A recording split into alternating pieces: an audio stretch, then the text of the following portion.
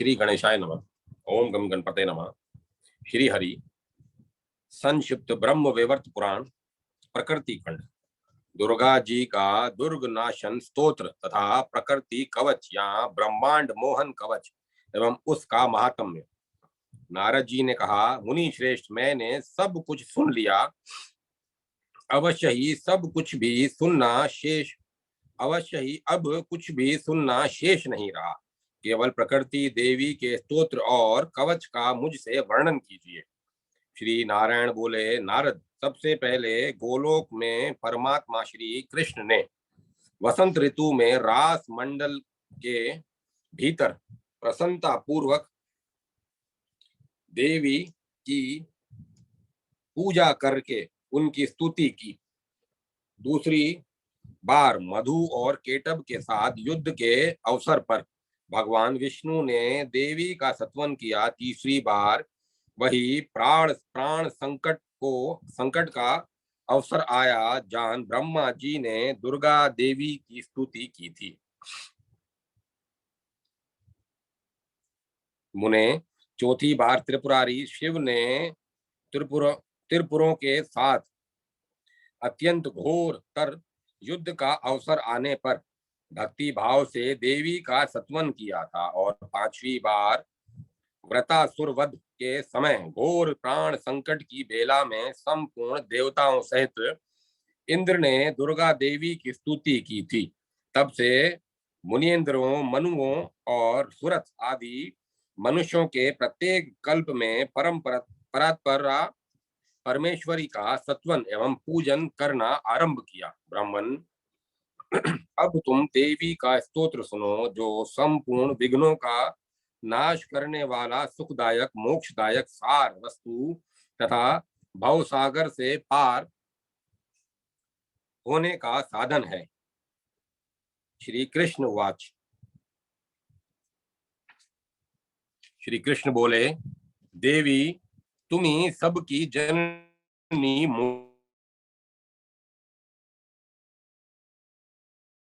कार्य में आगा शक्ति हो। तुम अपनी इच्छा से त्रिगुणमयी बनी हुई हो, कार्यवश सगुण रूप धारण करती हो। वास्तव में स्वयं निर्गुणा हो, सत्या नित्या सनातनी एवं पर ब्रह्म स्वरूपा हो, परमा तेज स्वरूपा हो।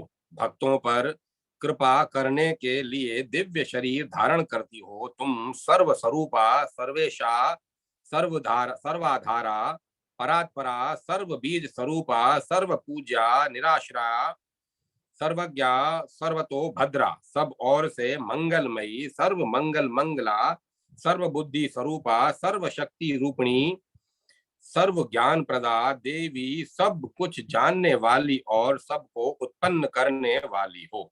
देवताओं के लिए हविष दान करने के निमित्त तुम्ही स्वाहा हो। पितरों के लिए श्रद्धा अर्पण करने के निमित्त तुम स्वयं ही स्वधा हो। सब प्रकार के ज्ञान यज्ञ में दक्षिणा हो तथा संपूर्ण शक्तियां तुम्हारा ही स्वरूप है। तुम निंद्रा, दया और मन को प्रिय लगने वाली तृष्णा हो। शुद्धा, क्षमा, शांति, ईश्वरी, कांति तथा शाश्वती सृष्टि भी तुम्ही हो। तुम्ही श्रद्धा, पुष्टि, तंद्रा, लज्जा, शोभा और दया हो। सत्पुरुषों के यहाँ संपत्ति और दुष्टों के घर में विपत्ति भी तुम्ही हो।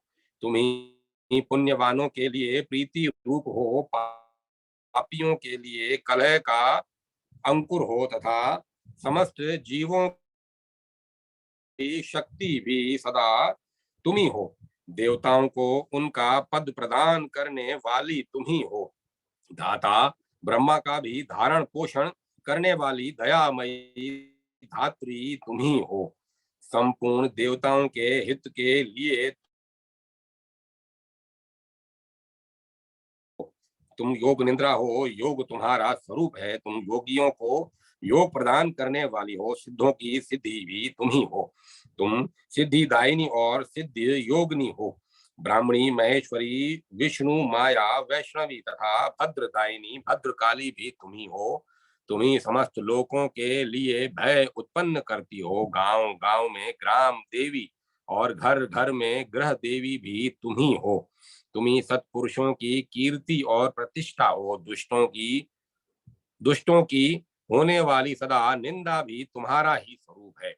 तुम महायुद्ध में दृष्ट संहार रूपणी महामारी हो और शिष्ट पुरुषों के लिए माता की भांति हितकारिणी एवं रक्षा रूपणी हो। ब्रह्मा आदि देवताओं ने सदा तुम्हारी वंदना, पूजा एवं स्तुति की है। ब्राह्मणों की ब्राह्मणता और तपस्वी जनों की तपस्या भी तुम ही हो। विद्वानों की विद्या, बुद्धिमानों की बुद्धि, सत्पुरुषों की मेधा और स्मृति तथा प्रतिभाशाली पुरुषों की प्रतिभा भी तुम्हारा ही स्वरूप है। राजाओं का प्रताप और वैश्यों का वाणिज्य भी तुम ही हो। विश्व पूजिते सृष्टि काल में सृष्टि रूपणी, पालन काल में रक्षा रूपणी, काल में विश्व का विनाश करने वाली महामारी रूपणी भी तुम ही हो। तुम ही काल रात्रि, महारात्रि तथा मोहिनी मोहरात्रि हो। तुम मेरी दुर्लभ माया हो जिसने संपूर्ण जगत को मोहित कर रखा है तथा जिससे मुग्ध हुआ विद्वान पुरुष भी मोक्ष मार्ग को नहीं देख पाता। इस प्रकार परमात्मा श्री कृष्ण द्वारा किए गए दुर्गा के दुर्गम संकट नाशन स्तोत्र का जो पूजा काल में पाठ करता है उसे मनोवांछित सिद्धि प्राप्त होती है। जो नारी वंध्या, काकवंध्या, मृतवत्सा तथा दुर् दुर्भगा है, वह भी 1 वर्ष तक इस स्तोत्र का श्रवण करके निश्चय ही उत्तम पुत्र प्राप्त कर लेती है। जो पुरुष अत्यंत घोर कारागार के भीतर दृढ़ बंधन में बंधा हुआ है, वह 1 ही मास तक इस स्तोत्र को सुन ले तो अवश्य ही बंधन से मुक्त हो जाता है। जो मनुष्य राजश्मा, गलित, कोढ़, महाभयंकर शूल और महान ज्वर से ग्रस्त है, वह 1 वर्ष तक इस स्तोत्र का श्रवण कर ले तो शीघ्र ही रोग से छुटकारा पा जाता है। पुत्र, प्रजा और पत्नी के साथ भेद, कलह आदि होने पर यदि 1 मास तक इस स्तोत्र को सुने तो इस संकट से मुक्ति प्राप्त कर लेता है, इसमें संशय नहीं है। राजद्वार, शमशान, विशाल वन तथा रण क्षेत्र में और हिंसक जंतुओं के समीप भी इस स्तोत्र के पाठ और श्रवण से मनुष्य संकट से मुक्त हो जाता है। यदि घर में आग लगी हो, मनुष्य दावा नल में गिर गया हो अथवा डाकुओं की सेना में फंस गया हो तो इस स्तोत्र के श्रवण मात्र से वह उस संकट से पार हो जाता है, इसमें कोई संदेह नहीं है। जो महादरिद्र और मूर्ख है वह भी 1 वर्ष तक इस स्तोत्र को पढ़े तो निस्संदेह विद्वान और धनवान हो जाता है। नारद जी ने कहा, समस्त धर्मों के ज्ञाता तथा संपूर्ण ज्ञान में विशारद भगवान ब्रह्मांड मोहन नामक प्रकृति कवच का वर्णन कीजिए। भगवान नारायण बोले, वत्स सुनो, मैं उस परम दुर्लभ कवच का वर्णन करता हूँ। पूर्व काल में साक्षात श्री कृष्ण ने ही ब्रह्मा जी को इस कवच का उपदेश दिया था। फिर ब्रह्मा जी ने गंगा जी के तट पर धर्म के प्रति इस संपूर्ण कवच का वर्णन किया था। फिर धर्म ने पुष्कर तीर्थ में मुझे कृपा पूर्वक इसका उपदेश किया। यह वही कवच है जिसे पूर्व काल में धारण करके त्रिपुरारी शिव ने त्रिपुरासुर का वध किया था और ब्रह्मा जी ने जिसे धारण करके मधु और केटभ से प्राप्त होने वाले भय को त्याग दिया था। जिसे धारण करके भद्रकाली ने रक्त बीज का संहार किया। देवराज इंद्र ने खोई हुई राज्य लक्ष्मी प्राप्त की। महाकाल चिरंजीवी और धार्मिक हुए नंदी महाज्ञानी होकर सानंद जीवन बिताने लगा।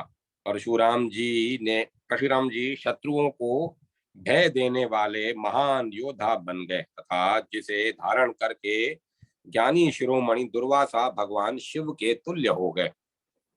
ओम दुर्गाय स्वाहा, ओम दुर्गाय स्वाहा, ओम दुर्गाय स्वाहा। यह मंत्र मेरे मस्तक की रक्षा करे। इस मंत्र में 6 अक्षर हैं यह भक्तों के लिए कल्प वृक्ष के समान है। मुने, इस मंत्र को ग्रहण करने के विषय में वेदों में किसी बात का विचार नहीं किया गया है। मंत्र को धारण करने मात्र से मनुष्य विष्णु के समान हो जाता है। ओम दुर्गाय नमः। ओम दुर्गाय नमः। ओम दुर्गाय नमः। यह मंत्र सदा मेरे मुख की रक्षा करे। ओम दुर्गे रक्ष। ओम दुर्गे रक्ष। ओम दुर्गे रक्ष। यह मंत्र सदा मेरे कंठ की रक्षा करे। ओम ह्रीम श्रीम। ओम ह्रीम श्रीम। यह मंत्र निरंतर मेरे कंधे का संरक्षण करे। ओम ह्रीम श्रीम क्लीम। यह मंत्र सदा सब ओर से मेरे पुष्ट भाग का पालन करे। ह्रीम मेरे वक्ष स्थल की और श्रीम सदा मेरे हाथ की रक्षा करे। ओम श्रीम ह्रीम क्लीम। यह मंत्र सोते और जागते समय सदा मेरे सर्वांग का संरक्षण करें। पूर्व दिशा में प्रकृति मेरी रक्षा करे। अग्नि कोण में चंडी का रक्षा करें। दक्षिण दिशा में भद्रकाली, नेतृत्व कोण में महेश्वरी, पश्चिम दिशा में वाराही और वाव्य कोण में सर्वमंगला मेरा संरक्षण करें। उत्तर दिशा में वैष्णवी, ईशान कोण में शिवप्रिया तथा जल थल और आकाश में जगदम्बिका मेरा पालन करें।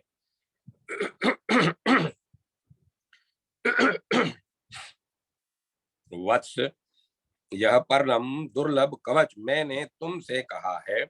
इसका उपदेश हर एक को नहीं देना चाहिए और न किसी के सामने इसका प्रवचन ही करना चाहिए। जो वस्त्र, आभूषण और चंदन से गुरु की विधिवत पूजा करके इस स्तोत्र को धारण करता है वह विष्णु ही है, इसमें संशय नहीं है। मुने, संपूर्ण तीर्थों की यात्रा और पृथ्वी की परिक्रमा करने पर मनुष्य को जो फल मिलता है वही इस कवच को धारण करने से मिल जाता है। 5 लाख जप करने से निश्चय ही यह कवच सिद्ध हो जाता है। जिसने कवच को सिद्ध कर लिया है उस मनुष्य को रण संकट में अस्त्र नहीं भेदता।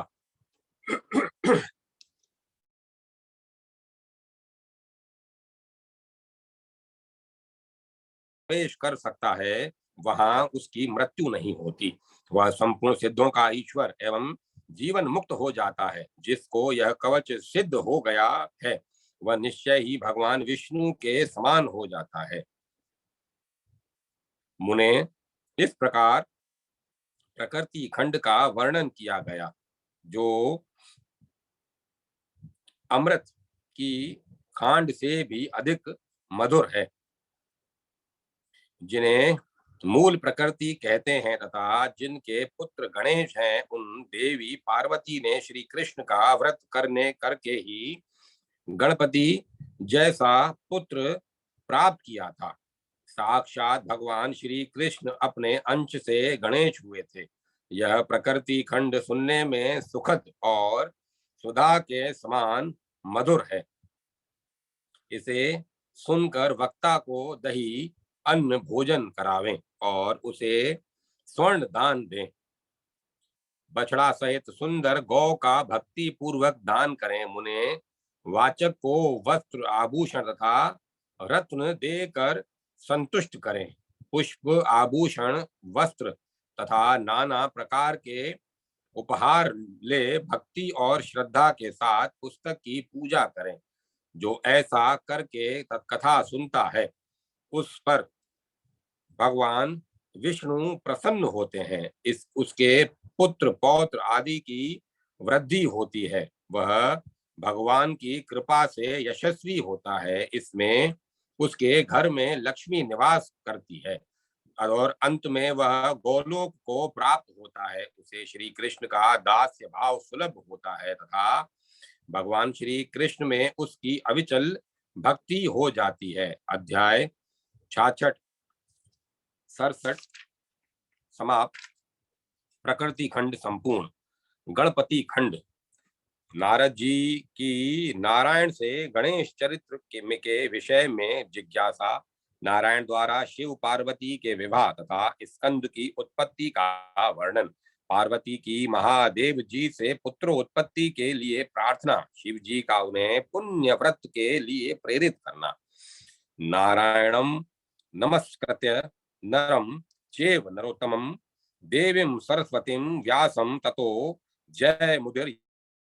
ये अंतर्यामी स्वरूप श्री कृष्ण, उनके नित्य सखा नर स्वरूप नर श्रेष्ठ अर्जुन, उनकी लीला को प्रकट करने वाली देवी सरस्वती तथा उस लीला को संकल्पित करने वाले व्यास जी को नमस्कार करके जय पुराण इतिहास आदि का पाठ करना चाहिए।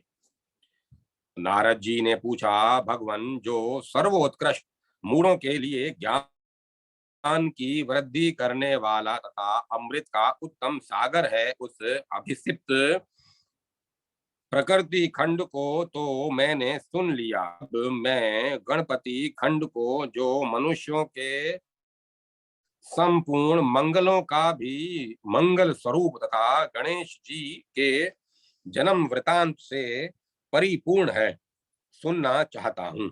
जगदीश्वर, भला पार्वती जी के शुभ उदर से सर्व सूर श्रेष्ठ गणेश जी की उत्पत्ति कैसे हुई? किस प्रकार पार्वती देवी ने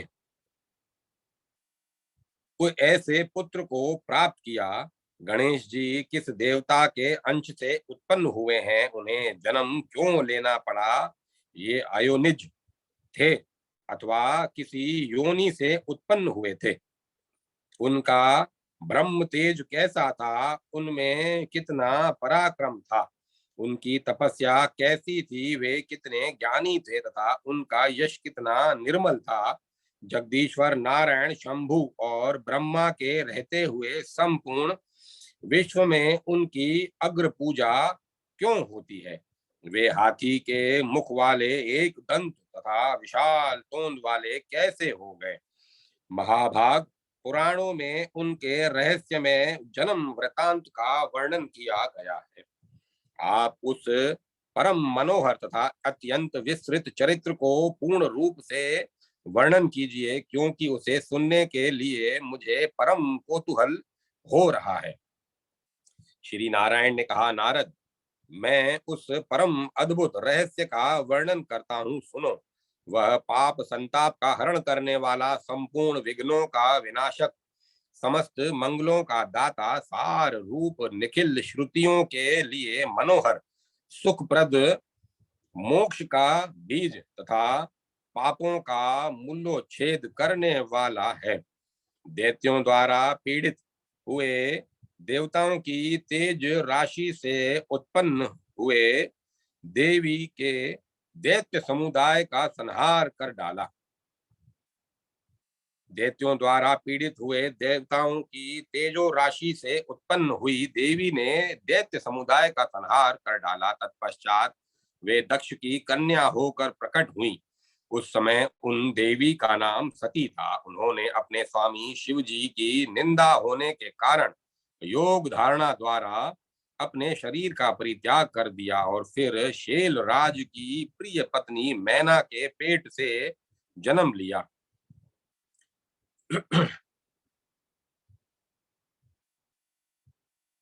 पर्वतराज ने उन पार्वती जी का विवाह शंकर जी के साथ करा दिया। तब महादेव जी ने उन्हें साथ लेकर निर्जन वन में चले गए। वहां दीर्घ काल तक शंकर,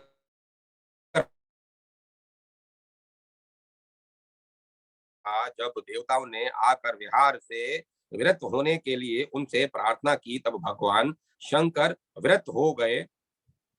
उस समय महादेव जी का शुक्र भूमि पर गिर पड़ा। उससे स्कंद कार्तिकेय उत्पन्न हुए। तब पार्वती जी ने श्री शंकर जी से एक श्रेष्ठ पुत्र के लिए प्रार्थना की। उस पर महादेव जी ने कहा, पार्वती, तुम उपाय मैं पार्वती, मैं उपाय बतलाता हूँ, सुनो। उससे तुम्हारा परम कल्याण होगा, क्योंकि त्रिलोकी के उपाय करने से कार्य सिद्धि होती है। मैं तुमसे किस उपाय का वर्णन करूंगा, मैं तुमसे जिस उपाय का वर्णन करूंगा वह संपूर्ण अभिष्ट सिद्धि का बीज रूप परम मंगलदायक तथा मन को हर्ष प्रदान करने वाला है। वरान ने, तुम श्री हरि की आराधना करके व्रत आरंभ करो। 1 वर्ष तक इसका अनुष्ठान करना होगा। इस व्रत का नाम पुण्यक है। यह महान कठोर बीज कल्प तरु के समान अभिष्ट सिद्ध करने वाला उत्कृष्ट सुखदायक पुण्यदाता सार रूप पुत्र प्रद और समस्त संपत्तियों को देने वाला है। प्रिय,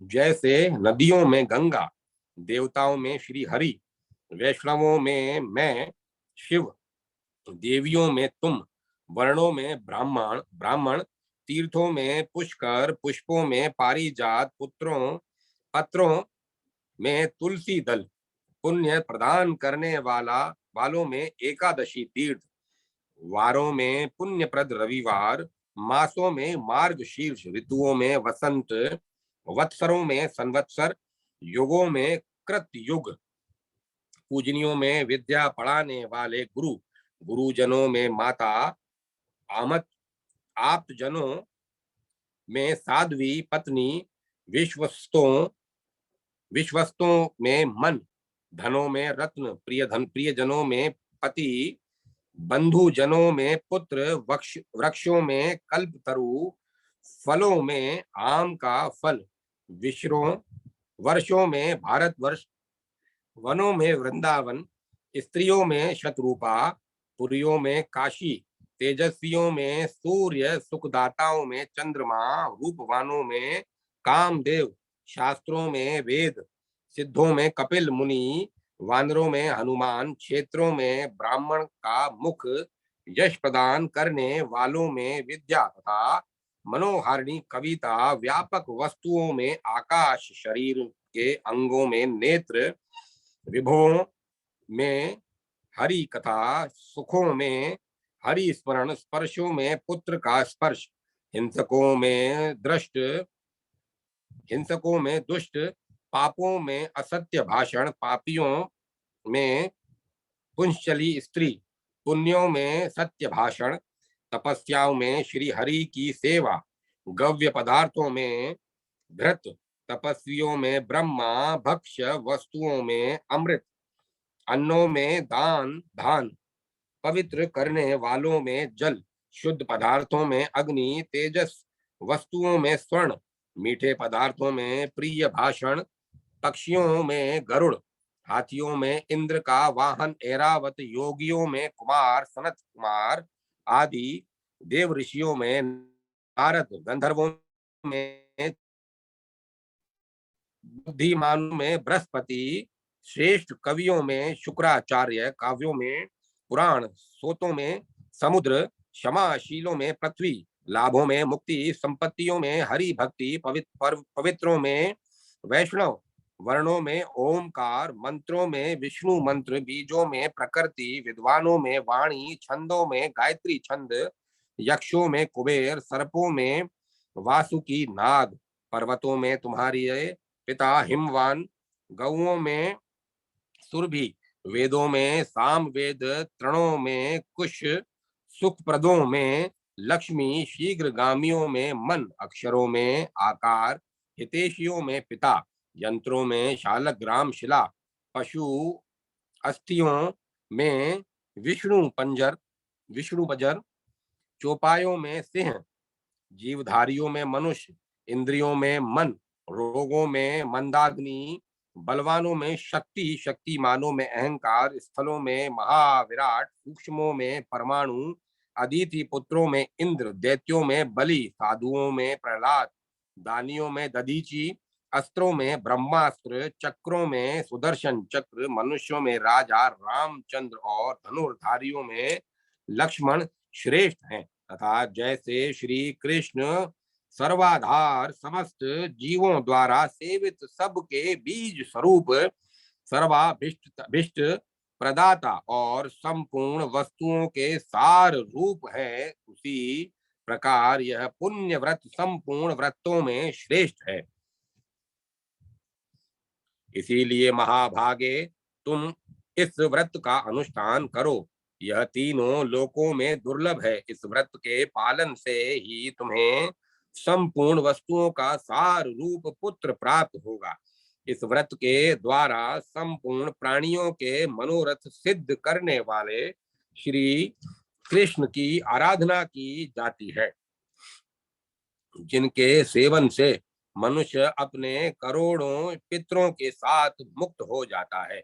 जो मनुष्य विष्णु मंत्र ग्रहण करके श्री हरि की सेवा करता है, वह भारत वर्ष में अपने जन्म धारण को सफल कर लेता है।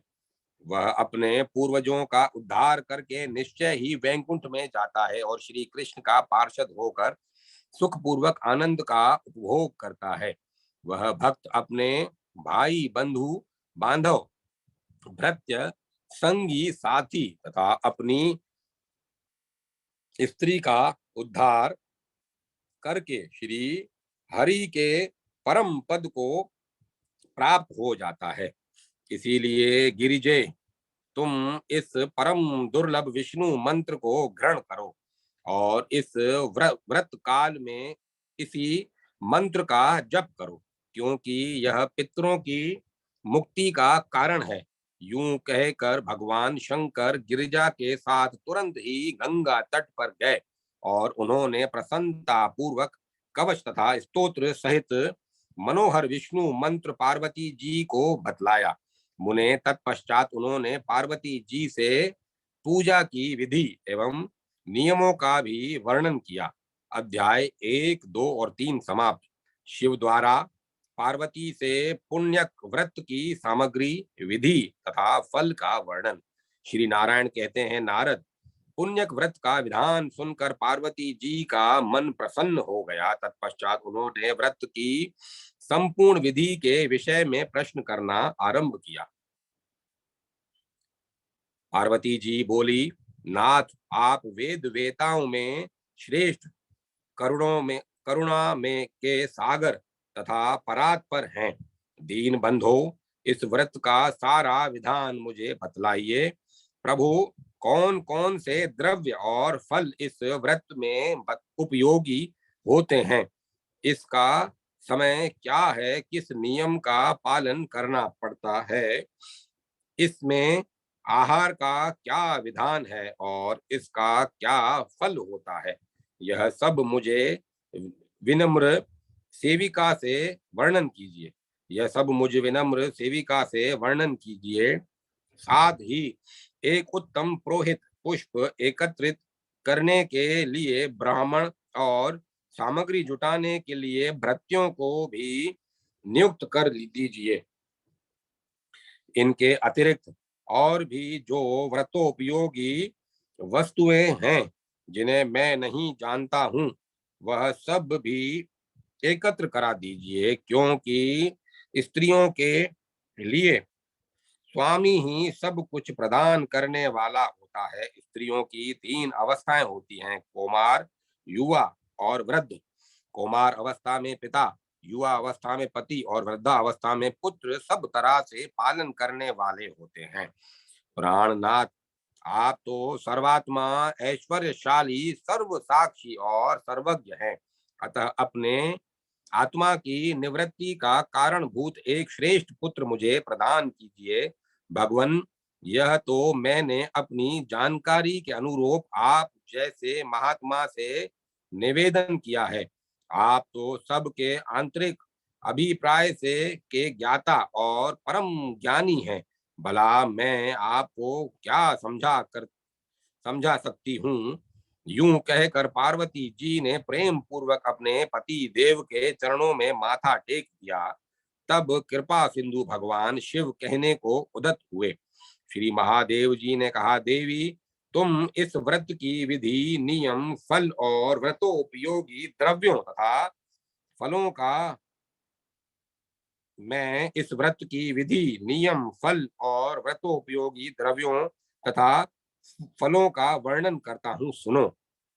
इस व्रत के हेतु मैं फल पुष्प लाने के लिए 100 शुद्ध ब्राह्मणों को सामग्री जुटाने के निमित्त 100 भृत्यों और बहुसंख्यक दासियों को तथा पुरोहित के स्थान पर सनत कुमार को, जो संपूर्ण व्रतों की विधि के ज्ञाता, वेद वेदांत के पारंगत विद्वान, हरि भक्तों के में सर्वश्रेष्ठ सर्वज्ञ उत्तम ज्ञानी और मेरे ही समान है, नियुक्त करता हूँ। तुम इन्हें ग्रहण करो। देवी, शुद्ध समय आने पर परम नियम पूर्वक व्रत का अनुष्ठान करना चाहिए। प्रिय, माघ मास की शुक्ल त्रयोदशी के दिन इस व्रत का आरंभ शुभ होता है। उत्तम व्रती को चाहिए कि वह व्रतारंभ के पूर्व दिन उपवास करे और शरीर को अत्यंत निर्मल करके यत्न पूर्वक वस्त्र को धोकर स्वच्छ कर ले। फिर दूसरे दिन अरुणोदय वेला में शैया से उठ जाए और मुख को शुद्ध करके निर्मल जल में स्नान करे। तत्पश्चात हरि स्मरण पूर्वक आचमन करके पवित्र हो जाए। फिर भक्ति सहित श्री हरि को अर्घ्य देकर शीघ्र ही घर लौट आए। वहां धुली हुई धोती और चादर धारण करके पवित्र आसन पर बैठे। फिर आचमन और तिलक करके अपना नित्य कर्म समाप्त करे। तत्पश्चात पहले प्रयत्न पूर्वक पुरोहित का वर्ण करके स्वस्ति वाचन पूर्वक कलश स्थापन करे। फिर वेद विहित संकल्प करके इस व्रत का अनुष्ठान आरंभ करे। तदंतर सौंदर्य नेत्र दीप्ति विविध अंगों के सौंदर्य पति सौभाग्य आदि के लिए विभिन्न वस्तुओं के संख्या सहित संपूर्ण करने की बात कहकर शंकर जी पुनः बोले, देवी, पुत्र प्राप्ति के लिए कुष्मांड, नारियल, जंभीर तथा श्रीफल, इन फलों को श्री हरि के अर्पण करना चाहिए। असंख्य जन्म पर्यंत स्वामी के धन की वृद्धि के निमित्त यत्न पूर्वक श्री कृष्ण को 1,00,000 रत्नेंद्र सार समर्पित करना चाहिए। व्रती को चाहिए कि व्रत काल में संपत्ति की वृद्धि के हेतु जांज मजीरा आदि नाना प्रकार के उत्तम बाजे बजाकर श्री हरि को सुनावे। स्वामी की भोग वृद्धि के लिए भक्ति पूर्वक श्री हरि को मनोहर खीर और शक्कर युक्त घी तथा पूड़ी का भोग प्रदान करे। हरि भक्ति की विशेष उन्नति के लिए स्वेच्छानुसार सुगंधित पुष्पों की 1,00,000 माला, जो टूटी हुई न हो, भक्ति पूर्वक श्री हरि को अर्पित करनी चाहिए। दुर्गे, श्री कृष्ण की प्रसन्नता प्राप्ति के हेतु नाना प्रकार के स्वादिष्ट एवं मधुर नैवेद्यों का भोग लगाना चाहिए। सुवर्ते, इस इस व्रत में श्री कृष्ण को प्रसन्न करने के लिए भक्ति सहित तुलसी दल से होने संयुक्त अनेक प्रकार के पुष्प निवेदन करना चाहिए। व्रती को चाहिए कि वह व्रत काल में जन्म जन्मांतर में अपने धन धान्य की समृद्धि के लिए प्रतिदिन 1 सहस्त्र ब्राह्मणों को भोजन करावे। देवी, प्रतिदिन पूजन काल में पुष्पों से भरी हुई 100 अंजलियां समर्पित करे तथा भक्ति की वृद्धि के लिए 100 बार प्रणाम करना चाहिए। सुवर्ते, व्रत काल में 6 मास तक हविषान, 5 मास तक फलाहार और 1 पक्ष तक हवि का भोजन करें तथा 1 पक्ष तक केवल जल पीकर रहना चाहिए। अग्नि देव के लिए 100 अखंड रत्न दीपों का दान करना चाहिए। रात्रि में कुशासन बिछाकर नित्य जागरण करना उत्तम है। व्रती को चाहिए कि व्रत की शुद्धि के लिए स्मरण कीर्तन के लिए प्रक्षेण गुहा भाषण संकल्प अध्यवसाय तथा क्रिया निष्पत्ति इन अष्टविध मैथुनों का परित्याग कर दे। देवी इस प्रकार व्रत के भली भांति पूर्ण होने पर तदंतर व्रतोद्यापन करना चाहिए। उस समय 360 डलियां जो वस्त्रों से आच्छादित तथा भोजन के पदार्थ योग्योपवित यज्ञोपवित और मनोहर उपहारों से सजी हुई हो, दान कर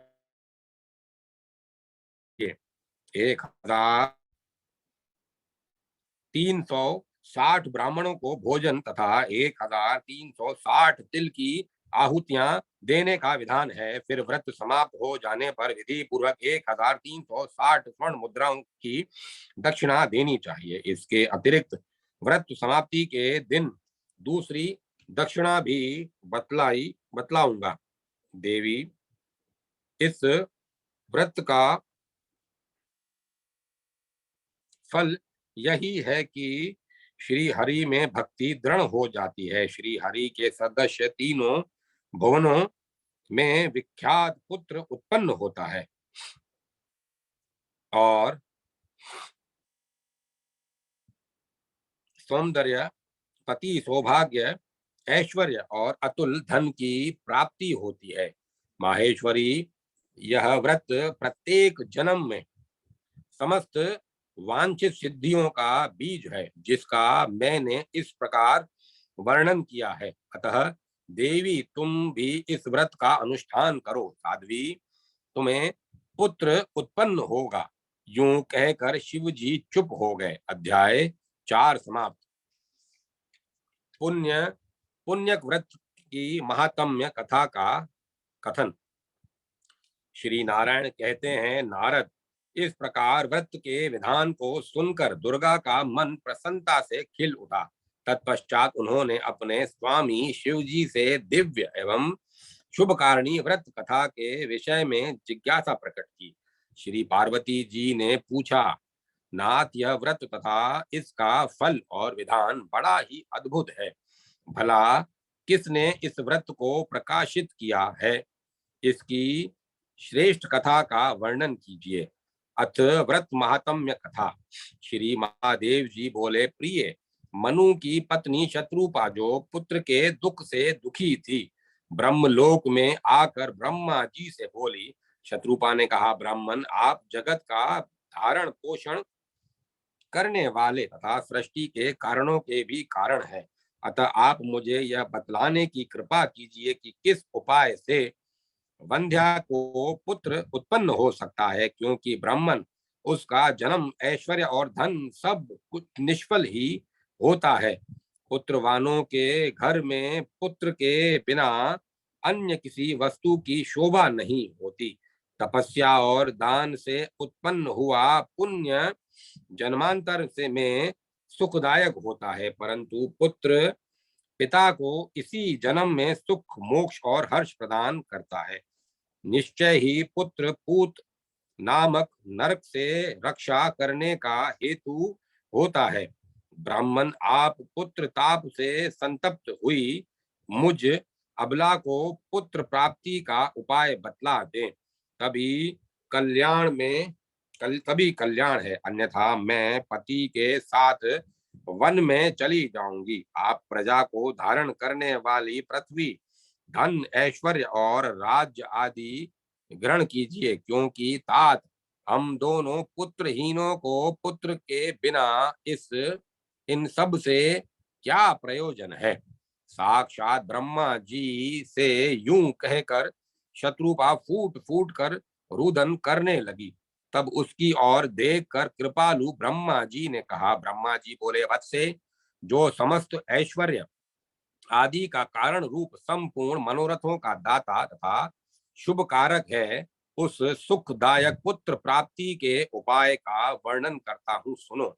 सुवर्ते माघ मास के शुक्ल पक्ष की त्रयोदशी के दिन शुद्ध काल में सर्वस्व प्रदान करने वाले श्री कृष्ण की आराधना करके इस उत्तम पुण्य व्रत का अनुष्ठान करना चाहिए।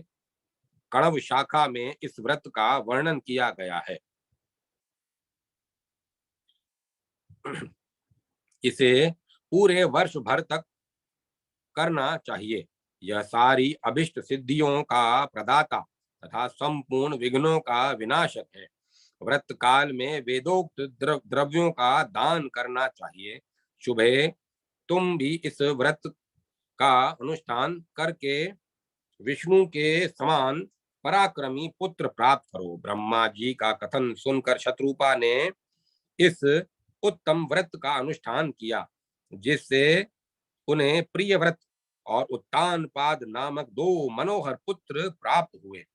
देवहूति ने इस पुण्यप्रद एवं शुभ पुण्यक व्रत को करके कपिल नामक पुत्र प्राप्त किया, जो सर्वश्रेष्ठ सिद्ध तथा नारायण के अंश से प्रकट हुए थे।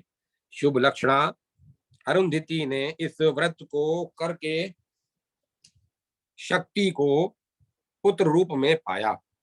शक्ति पत्नी को इस व्रत के पालन से पराशर नामक पुत्र की प्राप्ति हुई।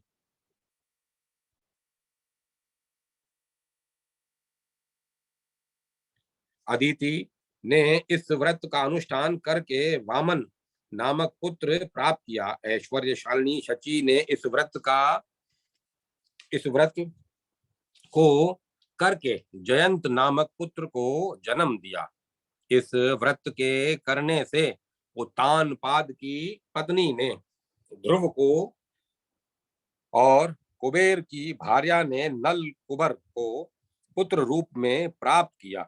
इस उत्तम व्रत के पालन से सूर्य पत्नी को मनु तथा अत्रि पत्नी को चंद्रमा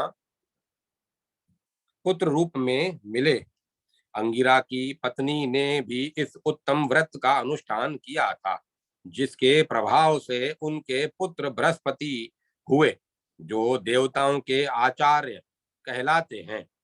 भृगु पत्नी ने इस व्रत का पालन करके शुक्र को पुत्र रूप में प्राप्त किया, जो नारायण के अंश और समस्त तेजस्वियों के परमोत्कृष्ट हैं। ये ही दैत्यों के गुरु हुए। देवी, इस प्रकार मैंने तुमसे व्रतों में उत्तम पुण्यक व्रत का वर्णन कर दिया।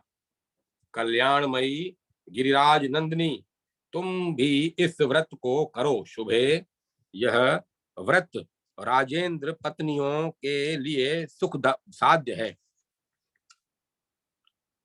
देवियों के लिए सुखप्रद है, और साध्वी नारियों के लिए तो यह प्राणों से भी बढ़कर प्रिय है। महासाध्वी, इस व्रत के प्रभाव से संपूर्ण देवताओं के ईश्वर स्वयं गोपांग नरेश श्री कृष्ण तुम्हारे पुत्र होंगे। नारद यूं कहकर शंकर जी चुप हो गए। तत्पश्चात परम प्रसन्न हुई पार्वती देवी ने शंकर जी की आज्ञा से यह उस व्रत का अनुष्ठान किया। इस प्रकार मैंने तुमसे गणेश जी के जन्म का कारण, जो सुखदायक मोक्षप्रद और सार रूप है, वर्णन कर दिया। अब और क्या सुनना चाहते हो? अध्याय 5 समाप्त। पार्वती जी का व्रतारंभ के लिए उद्योग, ब्रह्मादि देवों तथा ऋषि आदि का आगमन, शिव जी द्वारा उनका सत्कार तथा श्री विष्णु से पुण्यक व्रत के विषय में प्रश्न, श्री विष्णु का व्रत के महात्म्य तथा गणेश की उत्पत्ति का वर्णन करना।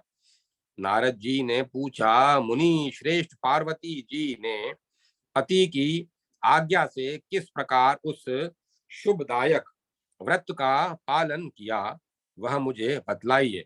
ब्राह्मण, तत्पश्चात उत्तम व्रत वाली पार्वती के द्वारा उस व्रत के पूर्ण किए जाने पर गोपीश श्री कृष्ण ने किस प्रकार जन्म धारण किया, वह मुझे बतलाने की कृपा कीजिए। श्री नारायण ने कहा, नारद, शिव जी यद्यपि स्वयं ही तप के विधाता हैं, तथापि वे पार्वती से व्रत की विधि तथा उसकी दिव्य कथा का वर्णन करके तप करने के लिए चले गए। यद्यपि शिव जी स्वरूप हैं, तथापि वे वहां श्री हरि की आराधना में संलग्न होकर उन्हीं के ध्यान में तत्पर हो श्री हरि की भावना करने लगे। वे सनातन देव ज्ञानानंद में निमग्न तथा परमानंद से परिपूर्ण थे और प्रकट रूप से विष्णु मंत्र के स्मरण में इस प्रकार तल्लीन थे कि उन्हें रात दिन का आना जाना ज्ञात नहीं होता था। उधर शुभदायिनी पार्वती देवी ने पति के आज्ञा अनुसार हर्षपूर्ण मन से व्रत कार्य के लिए ब्राह्मणों तथा भृत्यों को प्रेरित किया और व्रत उपयोगी सभी वस्तुओं को मंगवा कर शुभ मुहूर्त में व्रत करना आरंभ किया। इसी समय ब्रह्मा के पुत्र भगवान सनत कुमार वहां आ पहुंचे। वे तेज के मूर्तिमान राशि थे और ब्रह्म तेज से प्रज्वलित हो रहे थे। तदंतर पत्नी सहित ब्रह्मा भी प्रसन्नता पूर्वक ब्रह्मलोक से वहां पधारे। अत्यंत भयभीत हुए भगवान महेश्वर भी वहां आए। नारद जो क्षीर सागर में शयन करते हैं तथा जगत के शासक और पालन पोषण करने वाले हैं, जिनके गले में वनमाला लटकती रहती है, जो रत्नों के आभूषणों से विभूषित हैं तथा जिनके शरीर का वर्ण श्याम है, वे चार भुजाधारी भगवान विष्णु लक्ष्मी तथा पार्षदों के साथ बहुत सी सामग्री लिए हुए रत्न जड़ित जड़ित विमान पर आरूढ़ हो वहां उपस्थित हुए। तत्पश्चात सनक सनंदन कपिल सनातन आसुरी क्रतु हंस वोड़ु पंचशिख आरुणी यति सुमति अनुनयों सहित वशिष्ठ पुलह पुलस्त्य अत्रि भृगु अंगिरा अगस्त प्रचेता दुर्वासा च्यवन मरीचि कश्यप कणव जरात्कारु गौतम बृहस्पति उतथ्य संवरण संव्रत सोभरी जाबाली जमदग्नि जगीश्व देवल गोका मुख वर्क रथ पारिभ्रद पराशर विश्वामित्र वामदेव श्रृंग ऋष्य श्रृंग विभाड़क मार्कंडे मृकडु पुष्कर लोमश कोत्स्य वत्स्य दक्ष बालाग्नि अमघर्षण वाति कात्यायन कणाद पाणिनि शाकट्यन शक्कु आपिलक्षी आपिशली शाकल्य शंख ये तथा और भी बहुत से मुनि शिष्यों सहित वहां पधारे। मुने धर्मपुत्र नर नारायण भी आए। पार्वती के उस व्रत में दिक्पाल देवता यक्ष गंधर्व किन्नर और गणों सहित सभी पर्वत भी उपस्थित हुए। शैलराज हिमालय जो अनंत रत्नों के अद्भुत उद्भव स्थान है, कौतुक वश अपनी कन्या के व्रत में रत्न भारणों से अलंकृत हो पत्नी पुत्र गण और अनुयायियों सहित पधारे। उनके साथ नाना प्रकार के द्रव्यों से संयुक्त बहुत बड़ी सामग्री थी। उसमें व्रतोपयोगी मणि माणिक्य और रत्न थे। अनेक प्रकार की ऐसी वस्तुएं थी जो संसार में दुर्लभ हैं। 1,00,000 गज रत्न, 3,00,000 अश्व रत्न, 10,00,000 गौ रत्न, 1 करोड़ स्वर्ण मुद्राएं, 4,00,000 मुक्ता, 1 सहस्त्र कौस्तुभ मणि और अत्यंत स्वादिष्ट तथा मीठे पदार्थों में के 1,00,000 भार थे। इसके अतिरिक्त पार्वती के व्रत में ब्राह्मण मनु सिद्ध नाग और विद्याधरों के समुदाय तथा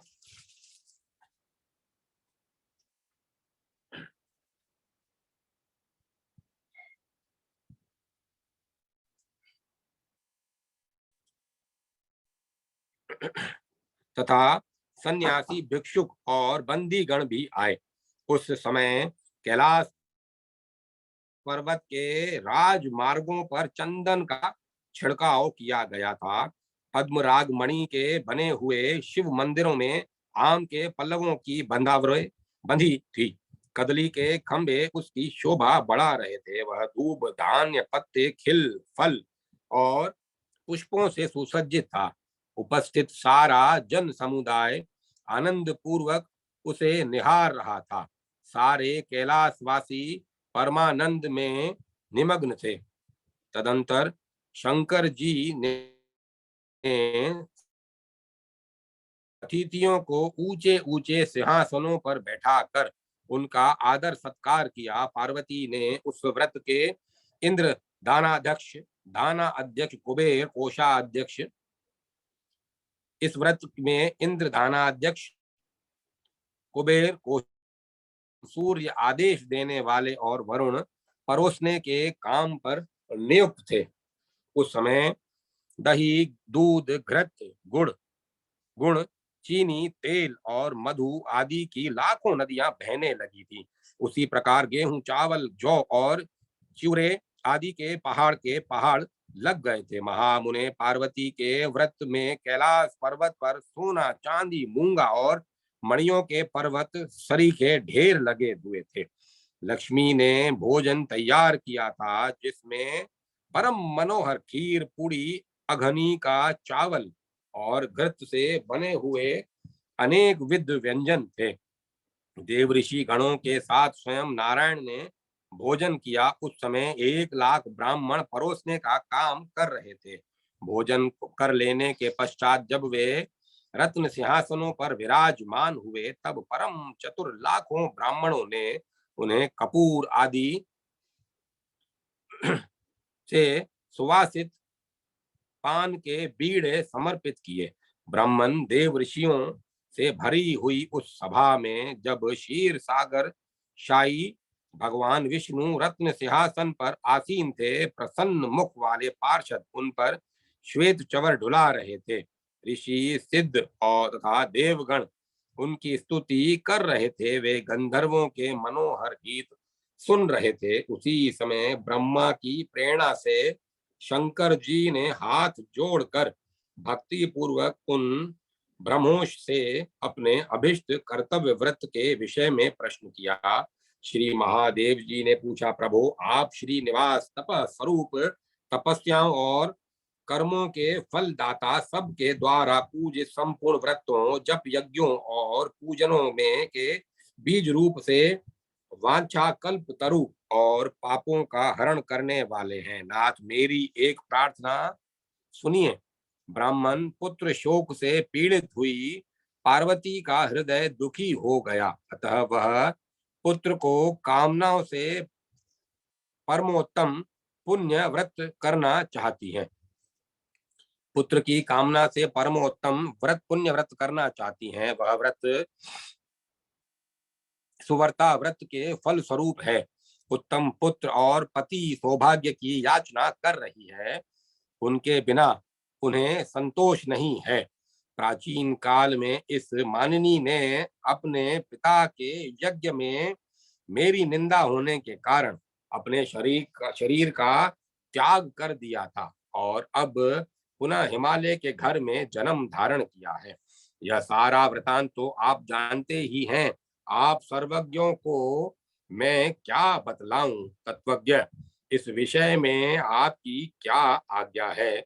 आप परिणाम में शुभ प्रदायिनी अपनी यह आज्ञा बताइए। अपनी वह आज्ञा बताइए।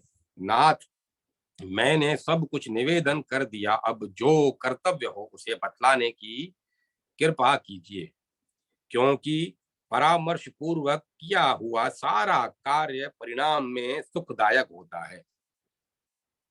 श्री नारायण जी कहते हैं, नारद उस सभा में यूं कहकर भगवान शंकर ने कमलापति विष्णु की स्तुति की और फिर ब्रह्मा के मुख की ओर देखकर वे चुप हो गए। शंकर जी का वचन सुनकर जगदीश्वर विष्णु ठठाकर हंस पड़े और हितकारक तथा नीति पूर्वक वचन कहने लगे। श्री विष्णु ने कहा, पार्वतीश्वर आपकी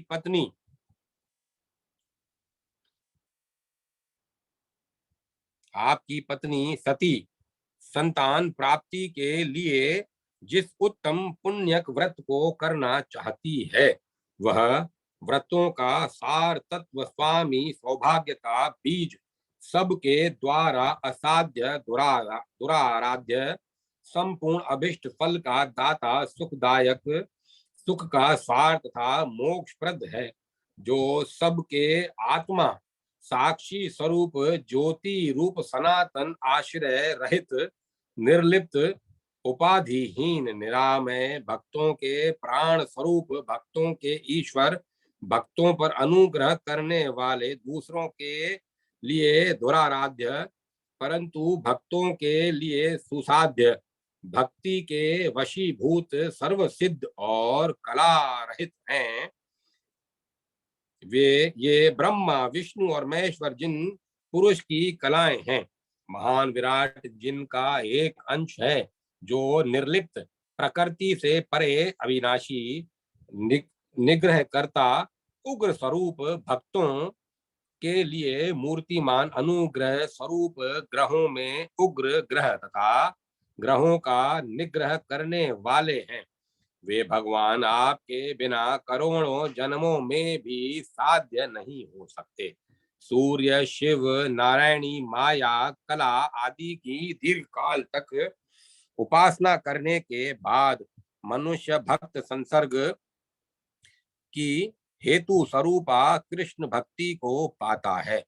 शिवजी उस निष्पक्व भक्ति को पाकर भारतवर्ष में 12 बार भ्रमण करते हुए जो भक्तों की सेवा करने से उसकी भक्ति परिपक्व हो जाती है, तब भक्तों की कृपा से तथा देवताओं के आशीर्वाद से उसे श्री कृष्ण मंत्र प्राप्त होता है, जो परमोत्कृष्ट और कृष्ण मंत्र संपूर्ण कामनाओं के फल के प्रदाता हैं।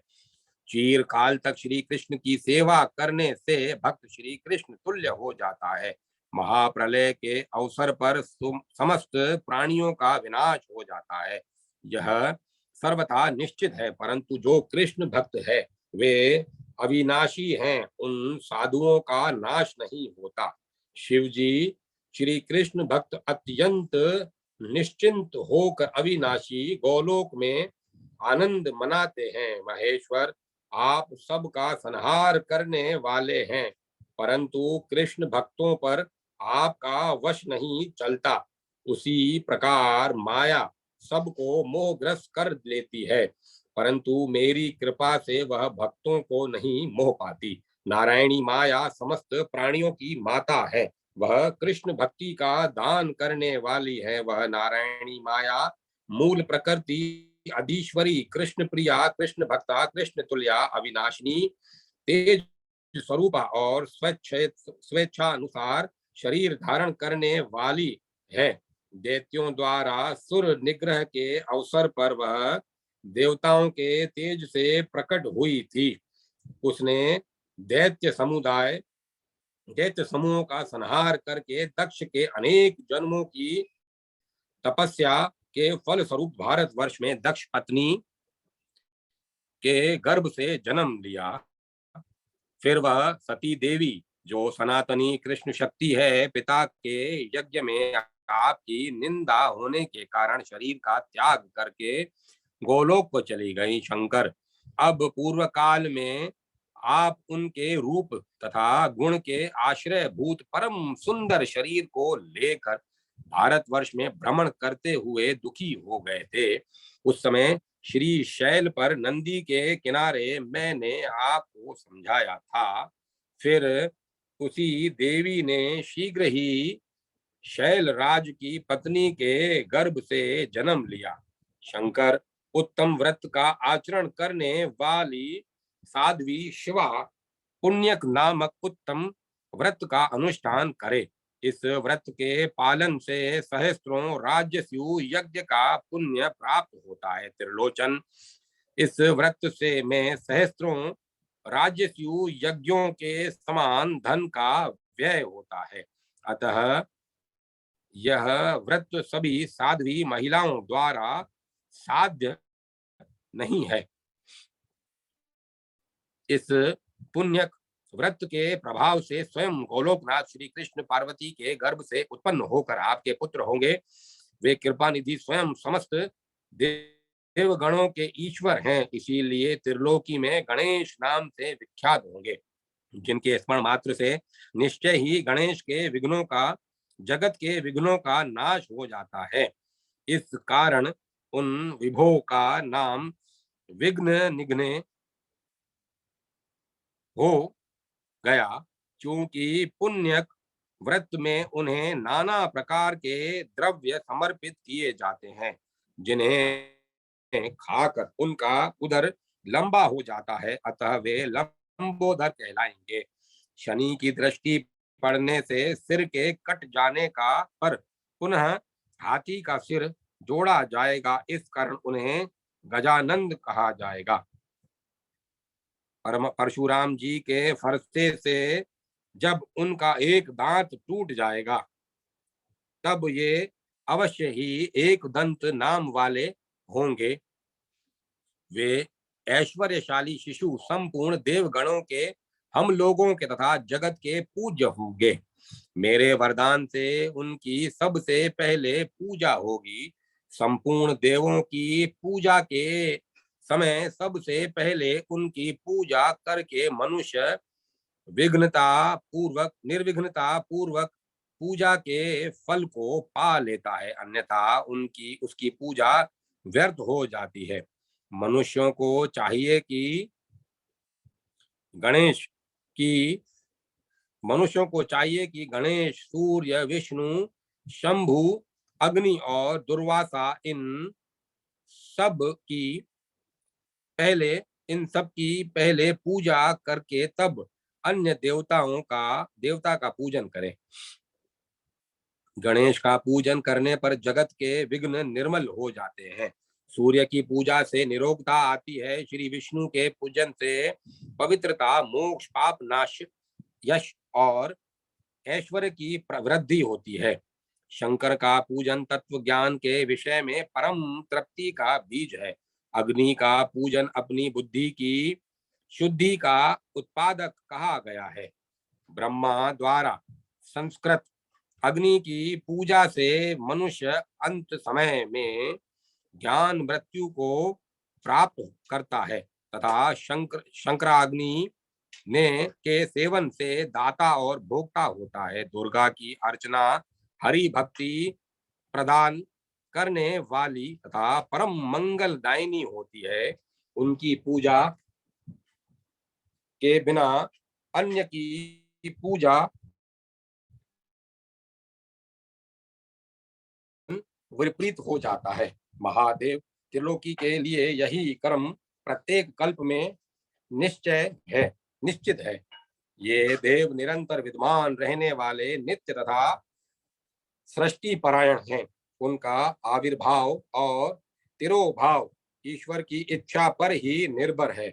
उस सभा के बीच यूं कहकर श्री हरि मौन हो गए।